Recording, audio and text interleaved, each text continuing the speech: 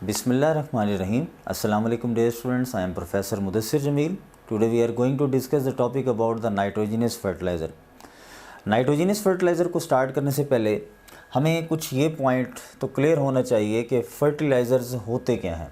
तो आज हमने अपनी डिस्कशन दो पार्ट्स में डिवाइड की है, जिसमें हम एक ओवरव्यू लेंगे जिसमें फर्टिलाइज़र्स के बारे में होगा, जिसमें उसकी कुछ एसेंशियल क्वालिटीज़ हैं, कुछ करैक्टरिस्टिक्स हैं उसके, कुछ उसकी हिस्ट्री है, उसके बारे में हम स्टडी करेंगे।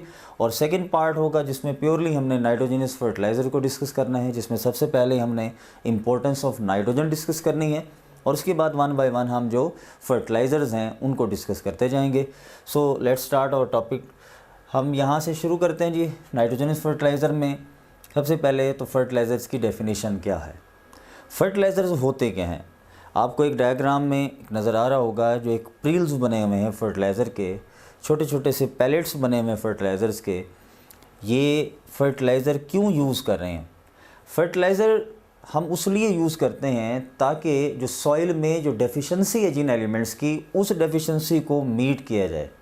वो न्यूट्रिएंट्स जो सॉइल में जिनकी डेफिशिएंसी हो चुकी, जो कम हो चुके, जो एसेंशियल हैं प्लांट ग्रोथ के लिए, उनकी इस डेफिशिएंसी को पूरा किया जा सके, उनको नाम देते हैं फर्टिलाइज़र्स का।